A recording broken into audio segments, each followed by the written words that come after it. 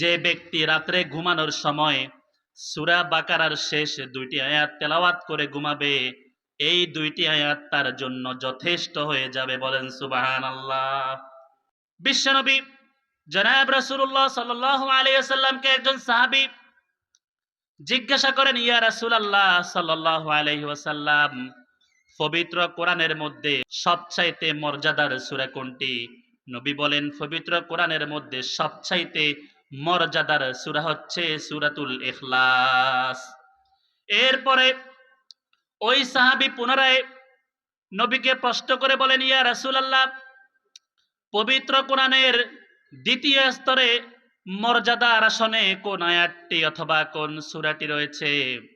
নবী উল্লেখ করে বলেন, পবিত্র কোরআনের মর্যাদার আসনে দ্বিতীয় স্থানে রয়েছে আয়াতুল কুরসি।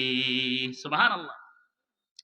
এরপরে ওই সাহাবী পুনরায় বিশ্বনবীকে প্রশ্ন করে বলেন, ইয়া রাসূলুল্লাহ, পবিত্র কোরআনের মর্যাদার দিক থেকে তৃতীয় স্থানে কোন সূরা অথবা কোন আয়াতটি রয়েছে?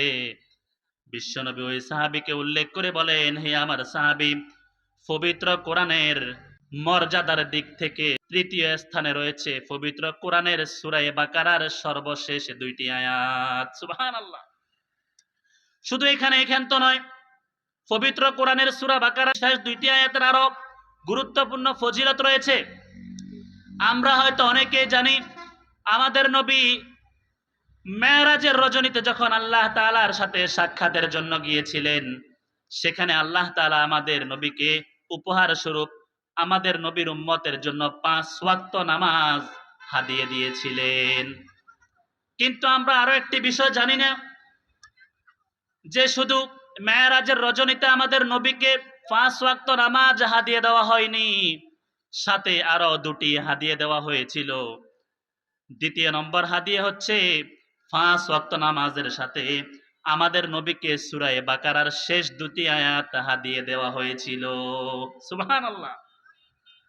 আরশে আজিমের খাজানা থেকে নবীকে সূরা বাকারার শেষ দুটি আয়াত উপহার স্বরূপ আল্লাহ তাআলা দিয়েছিলেন। কত মর্যাদার আয়াত এই দুটি আয়াত।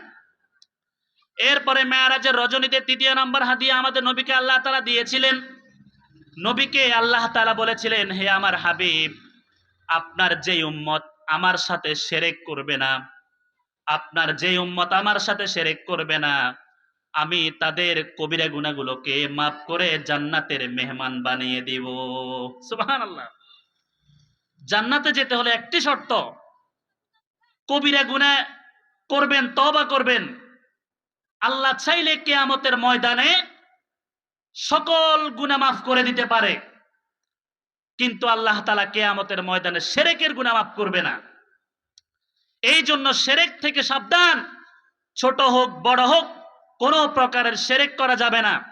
সেদিন আল্লাহর হাবিবকে মেরাজের রজনীতে আল্লাহ বলেছিলেন, যে বান্দা শিরক করবে না, শিরকবিহীন কবিরা গুনাহগুলো আমি আল্লাহ মাফ করার সুসংবাদ দিয়ে দিলাম। সুবহানাল্লাহ। প্যারে হাজরিন, যে ব্যক্তি রাত্রে ঘুমানোর সময় সূরা বাকারার শেষ দুইটি আয়াত তেলাওয়াত করে ঘুমাবে, এই দুইটি আয়াত তার জন্য যথেষ্ট হয়ে যাবে। বলেন সুবহানাল্লাহ। এই দুইটি আয়াত তেলাওয়াত করে যে ঘুমাবে, তার জন্য এই দুইটি আয়াতই যথেষ্ট। এজন্য আমি অনুরোধ করব, সূরা বাকারার সর্বশেষ দুইটি আয়াত শিখে রাখতে হবে, মুখস্থ করতে হবে। এই দুইটি আয়াত আল্লাহর পক্ষ থেকে নবীকে দেওয়া উপহার, কত গুরুত্বপূর্ণ, কত ফজিলতের আয়াত। এই জন্য আমরা চেষ্টা করব সূরা বাকারার সর্বশেষ দুইটি আয়াত আমরা মুখস্থ করব ইনশাআল্লাহ।